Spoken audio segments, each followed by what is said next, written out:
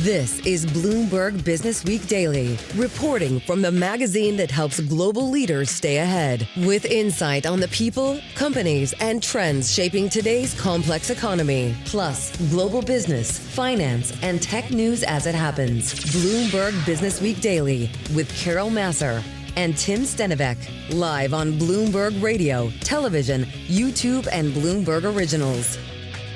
A very good afternoon, everyone. Live on Bloomberg TV, radio, streaming on YouTube and Bloomberg Originals. It is a Bloomberg Businessweek Daily. I'm Tim Stenivek. That is Emily Griffeo from the Bloomberg News credit team. She is in once again for Carol Massar. And Emily, we're seeing a little bit of buying in the S&P 500 today. We're going to have more from Charlie Pellet in just a second, but the S&P up 0.3% on a day where a lot of the focus is out of the latest when it comes to the war in Iran. There's a lot of focus, too, on private companies. So we're not seeing them trade right now, but you are seeing the NASDAQ 100, that tech index, higher today on potentially some excitement about what else is coming into the public equity markets very soon. Yeah, we're going to talk to Nancy Tengler over at Laffer Tengler Investments all about that excitement, the exuberance over a SpaceX IPO, potential OpenAI IPO, and then the latest, our own Mark Gurman reporting just in the last couple of hours that the Aura Ringmaker is set to file for an IPO soon as well. In addition, I mentioned the Strait of Hormuz. Jenny Welch from our Bloomberg Economics team is going to join us to lay out some scenarios for how this war could end, including the possibility of a toll on the strait. And those higher oil prices as a result of the war and associated inflation fears have sent rates climbing near the closest to the highest level since 2007. JP Morgan's Jamie Dimon said rates could climb even further. Katy Kaminski of AlphaSimplex joins us very soon on the bond market. And infrastructure, fair to say, it is really all the rage, especially data centers. We're going to be joined by the CIO of the Global Infrastructure Investment Manager, I Squared Capital, in just a few minutes. We're going to ask him all about where he is seeing investment and where he is seeing investment excitement. That more over the next hour right here on Bloomberg Businessweek Daily. First up, though, a check of the day's trade and top business stories. Here he is, Charlie Pellet. Thank you very much, Tim and Emily. At the start of today's session, did not think I would be using the word record, but indeed right now on the Dow Jones Industrial Average trading at 50,316. That is an advance now of 0.6%. Major turnaround for equities last hour. S&P still below the old high, which was above 7,500. 74.57 on the S&P right now, up by 0.3%. NASDAQ higher by 95 for the NASDAQ Composite Index. That is a gain right now of just about 0.4%. All of this with the 10-year at 4.55%, the 2-year 4.04%, and the 30-year 5.09%. The catalyst for all of this, hopes for a diplomatic way out of the war in Iran. That spurred a bounce in stocks. Oil trimmed its advance on speculation that a deal will revive energy flows through the Strait of Hormuz. Right now we have got spot gold trading higher by $4 the ounce, 45.48 the ounce, up 0.1%. A further retreat for West Texas Intermediate crude, now back below $97 a barrel. Got to recall that we began the day over 100 on WTI, down now by 1.8%. Barrel of Brent, 102.95. Brent crude down by just about 2.3%. Two major themes for stocks today, AI and inflation. NVIDIA lower after earnings. Right now we have got NVIDIA shares down by 1%. Also after earnings, Walmart. The stock is down by 6.8%. Walmart this morning warning that fuel costs are squeezing the company's bottom line and could lead to higher prices for shoppers. Recapping, West Texas Intermediate crude down 1.8%, the 30-year 5.09%, the 10-year 4.55%, S&P up 20, up by 0.3%. Tim and Emily, that is a Bloomberg Business Flash. Hey, thanks for that update, Charlie. Appreciate it. Emily mentioned some exuberance about in the NASDAQ, private companies, and what will happen when these companies IPO. On the tech side of this, a company that has been a public company for a very long time, Big Blue, IBM shares extending their gain to 10%. This after a U.S. funding win. The Trump administration has agreed to award $1 billion to IBM to build a foundry for producing quantum computing chips. It's part of a broad strategy to bolster U.S. leadership in an emerging industry. We're going to have more on this, kind of a deep tease, in our 4 o'clock hour with Ed Ludlow when he joins us a little later. But once again, a redhead crossing the Bloomberg. IBM has extended its gain to 10% higher today. Well, from the equity market to the bond market, because a standoff between the U.S. and Iran over key issues lifted oil prices. Earlier, JP Morgan Chase CEO Jamie Dimon sent a warning to bond investors that interest rates may climb higher from current levels. He spoke to Bloomberg's Haslinda Amin on the sidelines of JP Morgan's annual Global China Summit in Shanghai. The notion that somehow people said they'll never go up is the wrong notion. And so companies like us prepare for higher rates, lower rates, and figure those things can happen. So. The thing is, they're at the highest level in decades. I mean, that is where the surprise could be. I think they could be much higher than they are today. That, of course, was Jamie Dimon of JP Morgan Chase overnight in Shanghai speaking to Bloomberg's Haslinda Alim. Now we're going to pivot to Katy Kaminski, Chief Research Strategist and Portfolio Manager at AlphaSimplex Group. She joins us from Boston. Let's get your reaction to the head of JP Morgan, because he likes to talk a lot about his macro views. What do you think of what he said about the direction of rates? Well, I have to say that, as somebody who's unbiased in the fixed income market, I'd have to agree that we cannot discount that. The reason for this is, remember, we haven't had inflation and persistent inflation for decades either. And that is really a natural threat to the bond market. And that is exactly what we've seen for the past 2 months. 2 to 3 months almost, where bond stock correlation is positive and bonds are vulnerable with the risk of inflation. How vulnerable are they? And where specifically are they vulnerable? Well, I'd have to say particularly long-term bonds are vulnerable more to inflation, just given the time horizon and the level of uncertainty about the level of inflation. So like what we saw earlier this week at the 30-year. Exactly. And, if you look at and you think about how they've been trading, particularly on days like today, it's any chance that we might reduce some of the inflation uncertainty is generally positive for bonds. And in environments where we think that the inflation uncertainty could be higher, we see bonds selling off even further. Katy, what's your view on just how, helpful a potential end to the war in Iran would be for bringing rates a little bit lower? Well, I think there's a direct link. As soon as you see that there is a resolution, that will reduce some of the uncertainty about how long energy prices will be high and how much damage they can do in terms of increasing inflation. So I think that's just naturally a relief for the bond market. You would have thought something very different coming into a change in the Fed, that we would not be talking about slightly hawkishness. Given, where we are right now, it's definitely a concern. I know, it's really incredible because Warsh was supposed to be very dovish. The Fed was supposed to have this bias to cutting rates, and it's definitely something that President Trump wanted. What do you make now of what we're going to see from the Fed, at least through this year? I mean, what you have to think about is there is really very little chance that you need to cut rates when you have energy prices this high. So my view is this is going to buy Warsh time to kind of navigate that data and figure out the mechanism at which, how severe inflation impact this energy pop has been. And I think it's very different than what people expected, but really, when you get in this scenario where energy prices are this high and headline inflation is this high, it's just really difficult to cut rates, and he probably won't. Hey, Katy, one of the most read stories today on the Bloomberg terminal, it's an opinion column from Bill Dudley, former president of the New York Fed. He's a Bloomberg opinion columnist. The headline is, "Ignore this bond market slump at your own peril." He says there are reasons for deeper concern: the U.S. remaining on an unsustainable fiscal path, concerns about the Fed's independence, the dynamics of higher deficits leading to higher interest rates. You talked a little bit about long-term inflation, but in terms of the points that he brings up, do you agree with all three of those?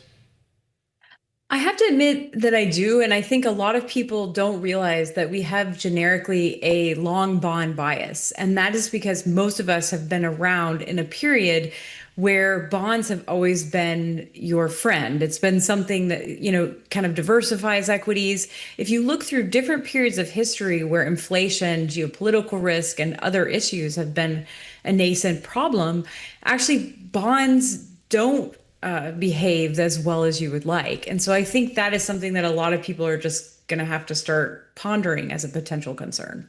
How do you square the path of rates with the fact that credit spreads are still near historical tights. And then when you look at the equity market, we just hit a record high at the stock market index level like last week. Where is the fear about persistent inflation, about higher rates playing out in markets?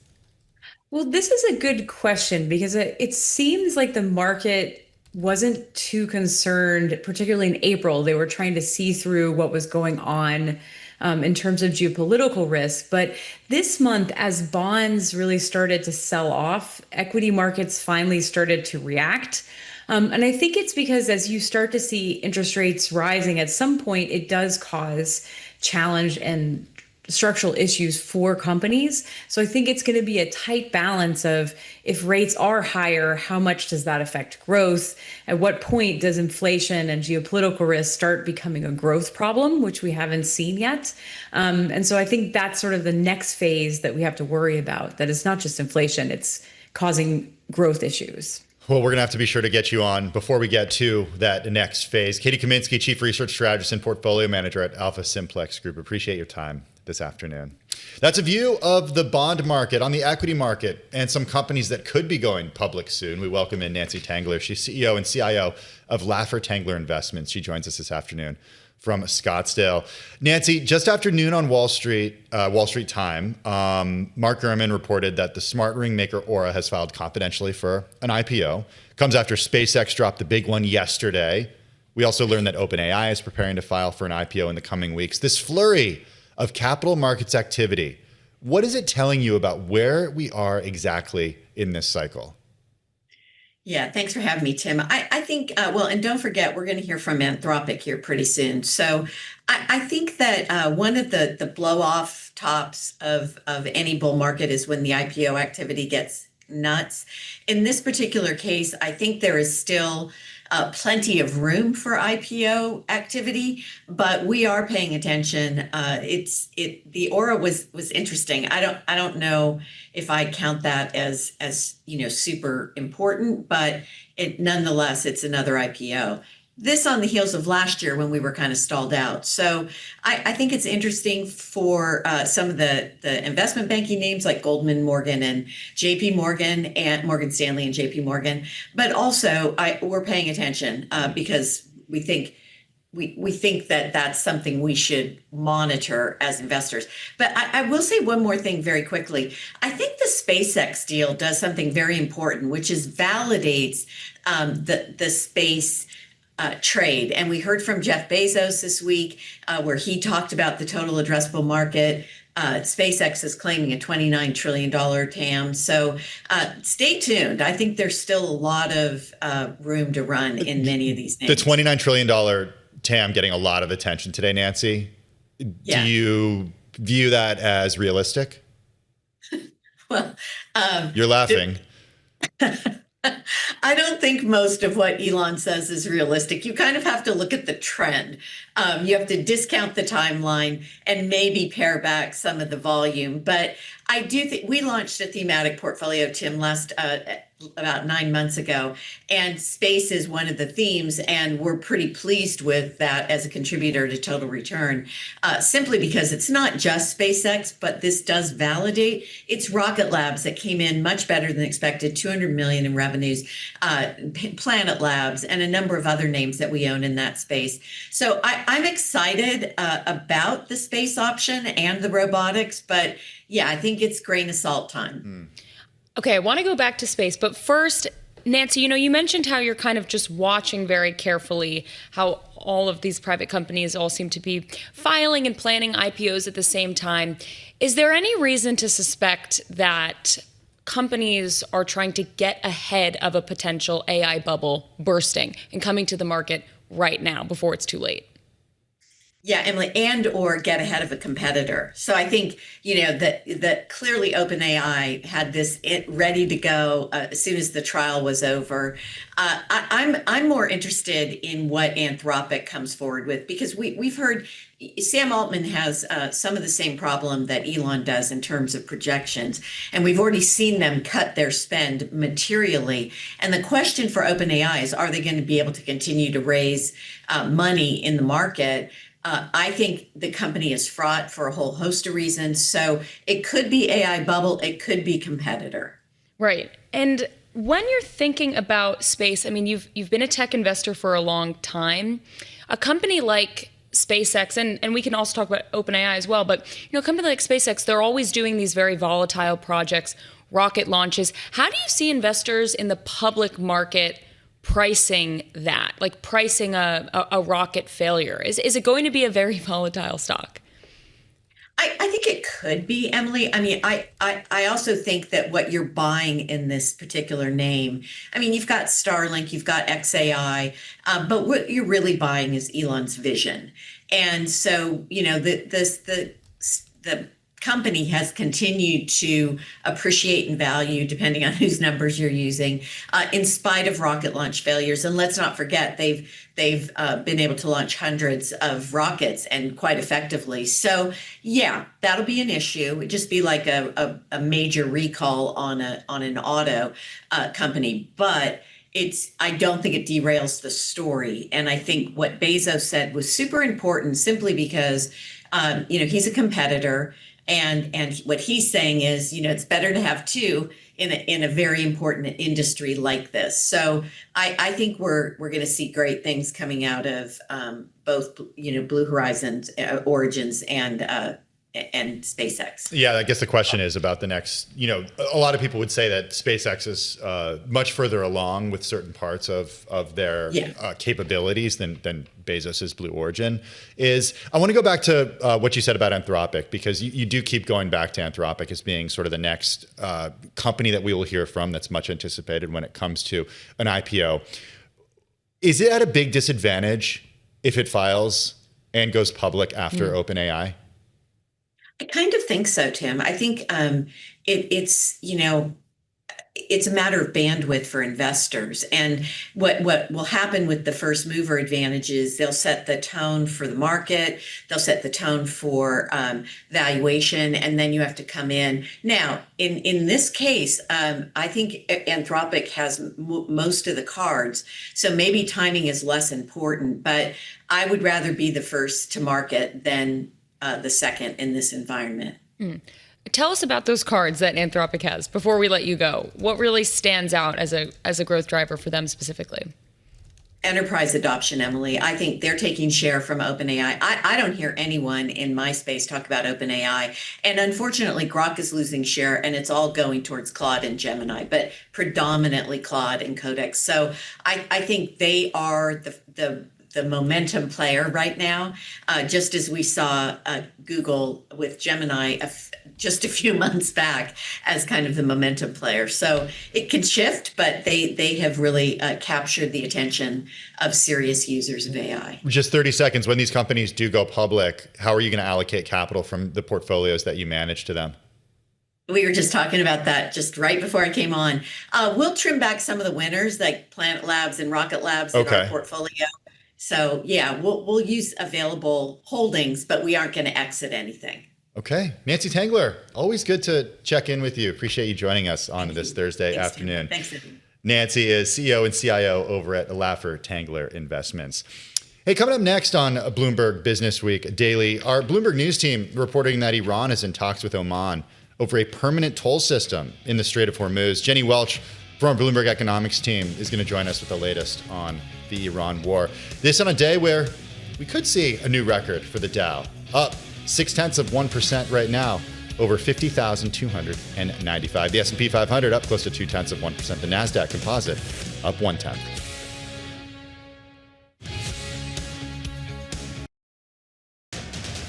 It's 2:21 on Wall Street. We do check markets all day long here at Bloomberg. Stocks are higher. Oil is falling. All of this on hopes about a U.S.-Iran deal. Coming up in just a moment, we will have the very latest for you.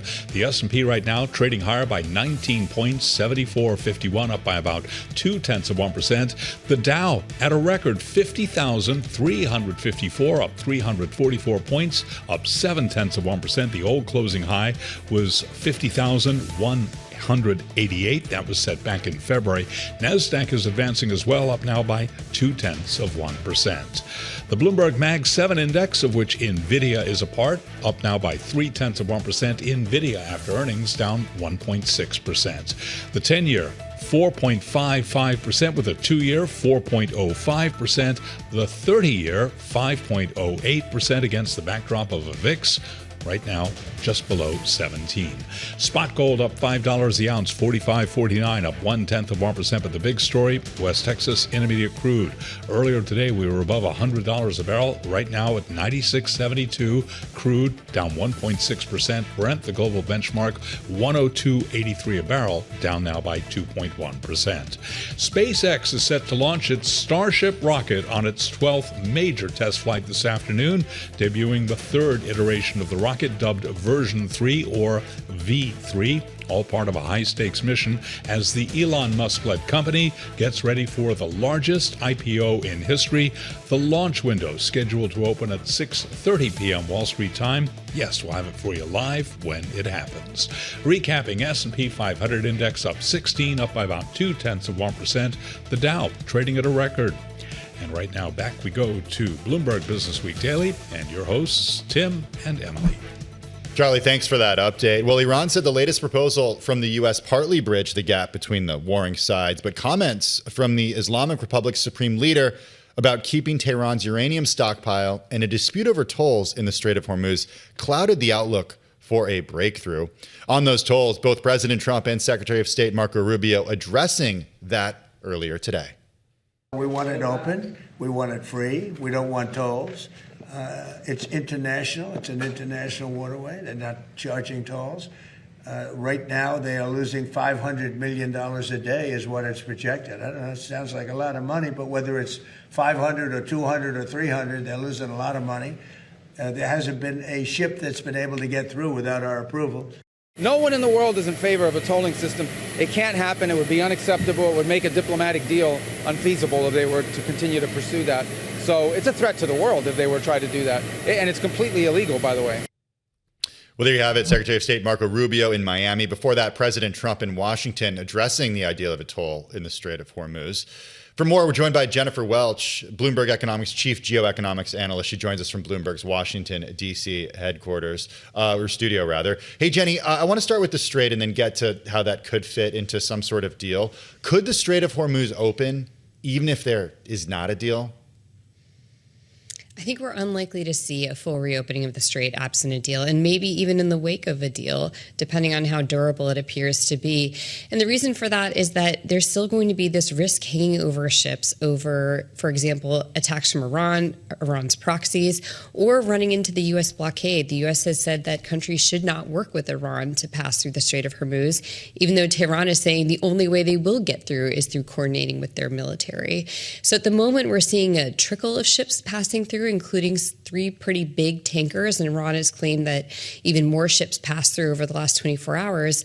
But that's quite a bit down from what we would have seen in the Strait well before the war.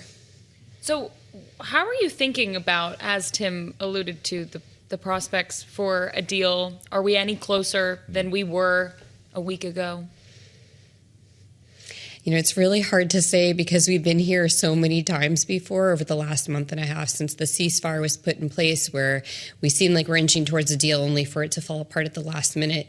It does seem like the two sides have been inching towards each other. You know, for example, the U.S. has seemed to relent on the idea of having a fully comprehensive deal and adopted the Iranian approach of sort of a phased deal where in the first part of it, it just focuses on ending hostilities and reopening the Strait. And then that unlocks a second phase focused on dealing with more contentious issues like Iran's nuclear program. My concern is that there is still a lot of risk to what we would consider to be a lasting deal that can, for example, give ships the confidence to return to the Strait and a return to perhaps pre-war levels of traffic there. And that's because if there is this phased approach, I think there's risks of talks falling apart. If, for example, they reach a disagreement of those more contentious issues, or even if that doesn't happen, 30 days, which is the time frame that's been discussed for that second phase, is quite short considering that it took negotiators years to deal with those very contentious issues in prior rounds of negotiations. Yeah, that's okay. That's where I want to go and sort of go back to the nuclear issue here, because at the end of the day, that was, as the president laid out very early on, the whole point of this war. A Reuters report that the Supreme Leader issued a directive that the country's near weapons grade uranium should not be sent abroad, that earlier in the trade actually sent oil prices higher. What would a deal between the United States and Iran look like, absent, certainly absent perhaps the Strait of Hormuz, but also absent perhaps movement on the nuclear program? Well, I think there much depends on where President Trump specifically is on these issues. And I say President Trump rather than the United States because we've seen in the past that, for example, President Trump has appeared to take a harder line than some of his negotiating team on these issues. So, for example, in the first Islamabad round, U.S. negotiators were talking about a 20-year moratorium on Iran's nuclear enrichment beyond a few sort of civilian purposes. That was something that afterwards President Trump said wasn't acceptable to him, that he didn't want any enrichment under any time frame. More recently, he's walked that back and said he would be comfortable with the 20-year moratorium, although he indicated that he was still uncomfortable with certain levels of enrichment. So I think the key question is, what would he be willing to sign up for, especially because he was the president that tore up the 2015 nuclear accord, and so will want to say that he negotiated a much tougher deal than that agreement entailed. So should we think about the benchmark being that 2015 nuclear deal? I think that is probably the benchmark he is aiming for. Okay. Of course, all of this might be calibrated by his desire to bring an end to this war and the economic pain that it's causing in the United States, pain at the pump, especially before the midterms. At the moment, that doesn't seem to be exerting a tremendous amount of pressure on him. He is probably thinking about the midterms, but not overly preoccupied by it. He wants to end the war, but he doesn't seem in a rush to end it. But if, for example, we were to start to see real blowback at the pump and at the polls, that could potentially change his calculus. But yes, I think at the moment he's focused on kind of the legacy issue of not agreeing to a deal that is weaker than the one he said was a terrible deal. We started the segment with some sound from Trump and Rubio talking about this idea of a Hormuz toll. What would the economic impact of that kind of toll be if one was implemented? So I think much would depend on the amount, and in terms of the economic impact on shipping companies and importing countries, I think it would probably be acceptable for at least a certain period of time because it's better than the alternative of not getting that oil out and not getting that gas out. I think the ramifications in what, for example, Secretary Rubio and President Trump are especially concerned about is the precedent that it sets for setting up tolls in natural waterways. These are incredibly rare and illegal under international law, and I don't think they wouldn't want to create a precedent for other countries considering the same thing. What would let's play that out a little bit, because that seems to be an unintended consequence of this is that Iran now understands the power that it has over this waterway, and perhaps other countries could look and say, wait a second, we are very close to some key waterways here. If we think about the globe and shipping routes and sort of critical infrastructure, where else could we see tolls if this precedent is set? So I would say that one of the other points that we would be really focused on is the South China Sea, and particularly a place called the Malacca Straits, which is where a lot of the, for example, oil and energy coming out of the Middle East transits through there to Asian economies. Actually, in the wake of Iran talking about these tolls in Hormuz, some of the countries adjacent to that strait started talking about applying a toll. Now, the difference there is that strait is managed by a multitude of countries, several, so one doesn't have full dominance over it. But that's another one where you could theoretically see the potential for complications. In other areas, obviously, there are canals like the Suez Canal, the Panama Canal that are controlled by countries, and they charge tolls.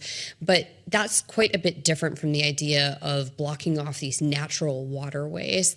And I think that's where, from an international law perspective, from an international geopolitical stability perspective, there would be concern about the precedent that a Hormuz toll would set, in addition to the potential deterrence effect it could have on companies and shippers looking to move through there. What would the escalation risk be if we did see further progress on a toll? At least from So the U.S. side, like U.S. escalation. Yeah, absolutely. President Trump has threatened repeatedly over the last few weeks to re-engage militarily with Iran if it doesn't come to the table with greater compromises. He's followed through to that threat to a certain extent with some additional strikes during the ceasefire period, but he's threatening to do more. We think that would most likely look like strikes rather than a ground incursion, just given the risks of the latter that would pose to U.S. forces, but it's certainly not off the table. And I think the risk there and what Iran has been indicating is that they would look to escalate the conflict regionally. And I think their trump card there would be if they could get their partners, the Houthis, to re-engage in military activity in the Red Sea and shut down shipping there. That would really pose a challenge to, for example, all the oil barrels that are now flowing out of Red Sea ports in Saudi Arabia and helping alleviate the current energy crunch to a certain extent. If the Houthis were to start firing again at ships there, we could see traffic go way back down. And I think that to date, we haven't seen them engage in the conflict in part because they're kind of, waiting. They have their own relationship with Saudi Arabia they're interested in maintaining.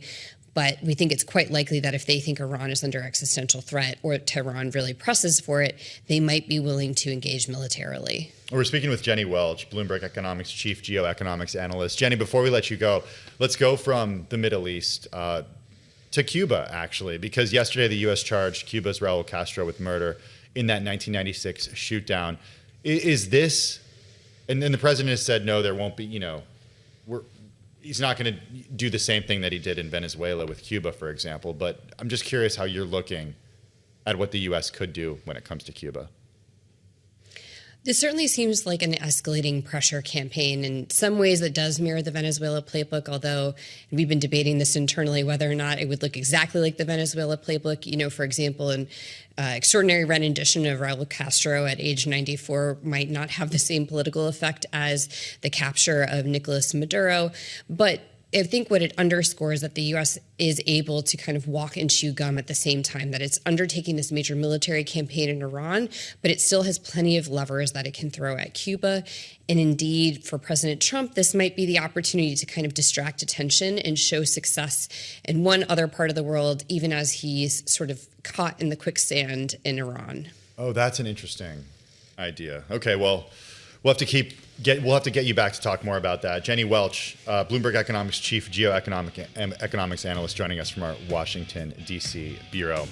Hey, energy infrastructure, certainly important to the conversation regarding the Strait of Hormuz. Infrastructure is where we are going next. The co-founder, managing partner, and global CIO at the infrastructure investment firm I Squared is next. This is Bloomberg Businessweek Daily.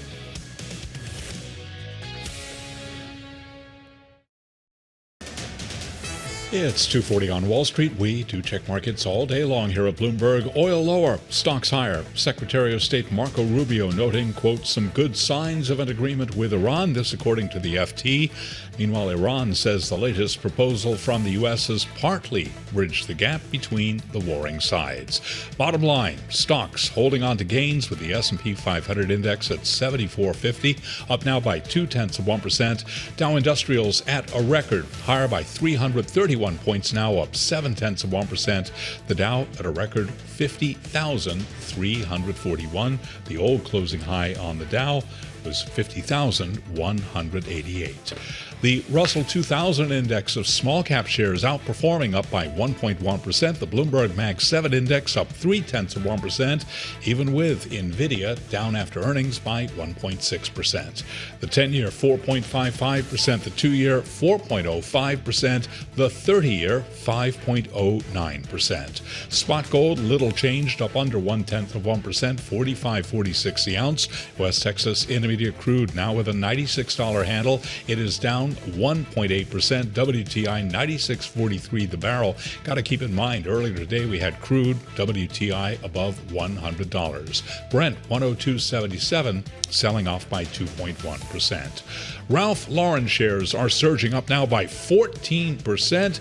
This after it reported revenue and profit that beat analysts' expectations, showing that the high-end apparel company's momentum with consumers is taking off in the face of ongoing tariff uncertainty. S&P, again, up 19, up 0.3%. Dow Industrials at a record. Tim and Emily, that is a Bloomberg Business Flash. Hey, thanks for that update, Charlie. Appreciate it. Well, fair to say that investing in infrastructure is getting a lot of attention right now. Just yesterday, we learned that Google is planning a $15 billion investment to build infrastructure in Missouri. The investment includes a new data center there. And our Bloomberg News team reporting that the infrastructure investment manager I Squared Capital was among firms that advanced to the second phase in a bidding process to acquire a $5 billion port in Brazil. For more, we're joined by Gautam Bhandai, co-founder, managing partner, and global CIO at the private equity infrastructure investment firm I Squared. The firm has $63 billion in AUM. It builds and buys infrastructure assets across the world. We're talking about power and energy, transportation, logistics, digital, environmental, social, and more. Gautam, welcome. How are you? Thank you for having me. Pleasure being here. Yeah, thanks so much for joining us. You play in a lot of different areas when it comes to global infrastructure: renewables, battery storage, pipeline, data centers, cellular, wastewater, elder care. The list goes on. Where are you seeing the biggest opportunity right now? Look, I think the world is quite focused on AI and data centers, but I think risk adjusted, we're seeing better returns on the energy side. It could be pipelines, it could be behind the meter power. We have a big play there, almost 6 gigawatts of behind the meter power. Last mile transmission, is a very good play as well. What about renewables? So renewable is still a part of the energy mix. It's 90+% of what's waiting in the interconnection here, and will remain a part of that mix. And renewables with batteries, and certainly renewables is the solution in Europe and in Asia because they're energy deficit countries. Is there a certain part of the world where energy infrastructure is more appealing to you than other parts? Interestingly, there is a desire to get energy security globally. So, you hear in the news about AI, but I think what people forget is that the world had fragmented and really went after reindustrialization. It really started in COVID, right? So people thought the vaccine should be manufactured close to home, and then tariff war, Ukraine war, all meant that people want to reindustrialize. And so chemical plants started moving back. So you see power consumption in US, but also in Europe and Asia really go up. So energy is a theme. It's not the only theme there. And actually the energy demand, it means different things. So in Asia, it means renewables. In US, it means gas. But maybe it could mean renewables under a different administration in the U.S. Yeah, absolutely. And by the way, still even under the current administration, solar plants and others are getting connected to grids and supplying electrons. We know that you're primarily a private equity firm, but you also lend as well. I'm wondering specifically, where are you seeing opportunities for credit investments in infrastructure? Correct. So, if you think about it, a lot of infrastructure build is going on in the US as well as in Europe. And build generally happens in the middle market space. So we are lenders to those mid-market developers and entrepreneurs who are building that power plant or the fiber optic network or, the logistics facilities. And so we think that on that mid-market space, which traditionally was occupied by mid-market banks, I think many of them are stuck with some real estate exposure that they're trying to work through. So I think that's where there is a pretty big opportunity. There's just so much. I mean, I know you're not just focused on AI, but the CapEx kinds of projections that we're hearing, the amount of money that's being raised to fund the infrastructure build out is quite staggering. Do you think we're in an environment where the investor kind of is still able to dictate terms of the deals that are getting done because there is kind of this surplus of supply that needs capital? Yeah. So I think there is certainly a big demand cycle that is on. And I think it is coming from the fact that for 20, 30 years, US pretty much relied on just-in-time inventory and optimized corporate profits, right? So a lot of the infrastructure that US actually used, think of it as basically being borrowed from Chinese infrastructure, right? So now that build has started, capital is coming in, and the big difference is government is not funding it. So it's private balance sheets. And so it seems large, but infrastructure is very capital intensive. Average power plants are very, very expensive and going up. I wanted to go and talk specifically about data centers because they're getting so much attention right now. Your chairman and managing partner told our team back in December that when it comes to data centers, quote, momentum is strong, but if this is irrational exuberance, investors will lose when the music stops. He said the firm is trying to be careful, caution that every deal has nuance, the fine print matters. Is that still the view at the firm that these deals have nuance when so much money is being thrown at these data centers? Absolutely, right? So whenever you have $700-800 billion being spent in a hurry, you will find fast and loose deals, and you'll find well-structured, thoughtfully priced deals, right? So we are, to be fair, we are investors in data centers, but more edge data centers, not LLM ones. Why is that? We lend to them. Well, I think the very large campuses that occupy a lot of the news are 20-30 billion. We tend to focus on middle market, which is, frankly, an area where we can get outsized returns. So edge data centers and all we do, we have liquid cooled chips in our premises. So you just have to be careful. And I think on the lending side, we are lenders to a lot of these large data centers.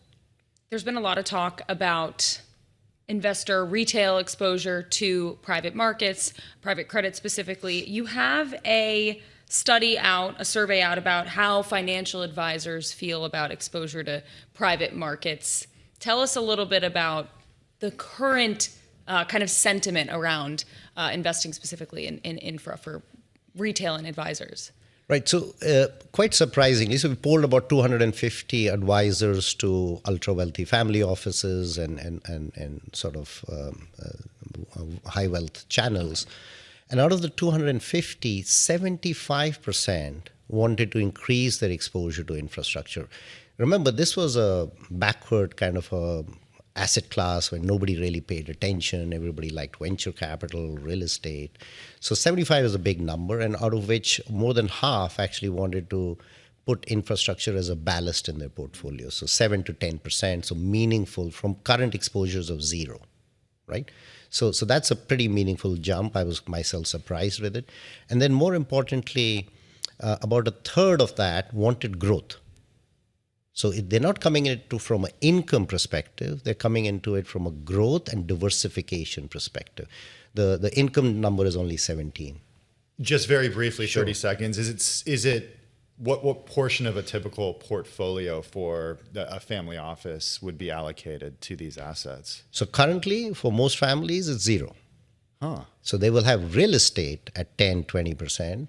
And institutionally, the US average is closer to 5. It used to be 2.5, and then the big jump came about a year ago to try and get to a 5 target. So infrastructure, whether you look at institutional side, which have been historic allocators into this. Now, of course, the Canadians and the Aussies do 8, 10, 12, 18% also.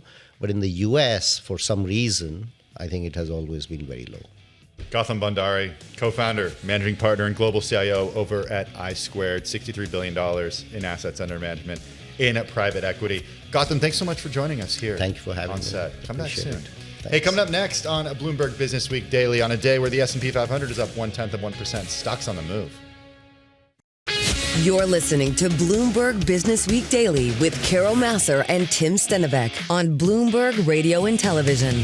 It is Bloomberg Businessweek Daily. That is Emily Grafeo in for Carol Massar. She's on the Bloomberg News credit team. You know, I should have known every one of your questions would be about credit because that's like, you know, right now it's your DNA. It's so hot right now. It is. And, you know, credit's becoming more relevant for the tech trade because we need credit to fund data centers. You went from cross-asset, where you were for a few years, to another asset, which of course is credit, and you could not have joined at a perfect time, and we're grateful that you can still hang out with us. The S&P 500 losing a little bit of steam right now. It's pretty much flat, up 0.03%. NASDAQ Composite down about 0.1%. The Dow is still in the red, only higher by 0.4%. I'm Tim Stenivek along with Emily Grafeo. Let's take a look at some stocks on the move today. We're joined by Bloomberg News equities reporter Natalia Kanijevic. Hey, Natalia. Hi, guys. So let's start with the best performing stock in the S&P 500 today, which is Ralph Lauren. The ticker is RL. The shares are up by almost 15%. So we see that revenue and profit beat expectations. But of course, it's interesting to look across different regions. Asia, specifically China, drove sales. They were up by 31%. Sales in Europe increased by 18% despite higher energy prices, this uncertainty. Here in North America, shares were up by 8%. So the management overall said that shoppers remain resilient despite all this uncertainty, and they are able to withstand tariffs and all this economic uncertainty.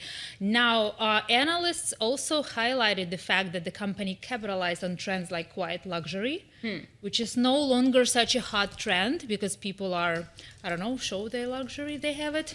So we'll see how earnings, we'll see. Quiet luxury? Quiet luxury. Quiet luxury. Don't tell me you don't know what it is. I mean, I know that Ralph Lauren, like when I see the clothes at like the US Open, there's a huge polo logo. That doesn't necessarily scream quiet luxury, does it? Yeah, but it's different What am I from, getting let's wrong? say, I don't know, Versace or Dolce Gabbana. In terms of colors, it's like... Yeah, or they have like, it'll be a sweater with a very small pony logo. I mean, sometimes the pony's like the Sometimes whole it's shirt. big, but Yeah. Okay. Okay, I guess it all depends on the definition of quiet. True. So true. Let's look at the other side of this spectrum, Walmart. So we see that shares are down by almost 7%. The ticker is, of course, WMT. So we see that adjusted EPS forecast came below expectations. Comparable sales were also lower. Company said that rising fuel costs are, of course, a big problem right now. And, of course, the management highlighted the fact that they see this K-shaped recovery. Higher income consumers are still confident. Lower income consumers are becoming more selective. The number of discounts, by the way, increased by 20%. So that's a pretty big move. And also I found one commentary from Bloomberg Intelligence really interesting because they said advertising revenue driven by the World Cup could be one of the biggest drivers ahead. All right. Well, there's something. You going? To the World Cup? I don't think so. Are you going to the World Cup? No, tickets are so expensive. Yeah, tickets are so expensive. That would be I don't a know, loud maybe it's going to be luxury something item. like a last minute, whatever. I love football or soccer, however you call it. There are plenty of games that are not the World Cup games that you can go to all over. True, but maybe the level of excitement is not. Okay. Who knows? There's still time. There's still time. True. All right, what else you got for us? Now let's look at industrials, guys. Deere shares, the ticker is DE, are down by almost 5%. So this is interesting. We see that fiscal second quarter earnings came above expectations, but the company got a lift from construction, and the so-called forestry segment is when they turn trees into building materials. But analysts also highlighted the fact that the company got tariff refund, paid lower taxes, so it's not just like the core business itself. When I asked why share prices are down by so much, they said that the stock is up by almost 20% year to date, and the fact that the company also maintained outlook for North America and Canada, which is sales would be down between 15 and 20%, that was kind of a negative thing, and maybe people are just taking profits. Right, a little bit of expectations just being very, very high for John Deere. Natalia Konijevic with today's Stock Movers. She's Bloomberg News equities reporter. For more conversations like this, check out our new Stock Movers podcast. You can subscribe for 5-minute episodes on the biggest winners and losers in the stock market. Check out Stock Movers on Apple, Spotify, or anywhere you get your podcasts. I'm taking a look at equity markets as we get close to the last hour of trading, and we are now seeing the S&P 500, the NASDAQ 100 inch lower. This as the president of Iran speaks. Our Bloomberg First Word team out with a story that says, quote, the Iranian president said in an event broadcast on state TV, quote, with dignity, we can have dialogue and we will never back down. He reiterates that they are, quote, capable of protecting the country's rights with strength and the backing of the people, and says the country cannot be conquered with missiles, bombs, or fighter jets. So perhaps that's why we're seeing a little bit of the wind being taken out of the earlier equity rally. Right, and not much of a reaction here in oil when you look at how prices are mostly trading lower, but we'll continue to watch that. The dollar as well, weaker, or actually getting a little bit stronger on that news, maybe on a safe haven bet. Well, coming up next on Bloomberg Businessweek Daily, we are continuing our conversation about AI and investments in the private sector. We're joined by a partner over at Union Square Ventures. Also, we're talking a little bit about rare earths. That's coming up next on Bloomberg Businessweek Daily. If you're staying on TV, the close starts now.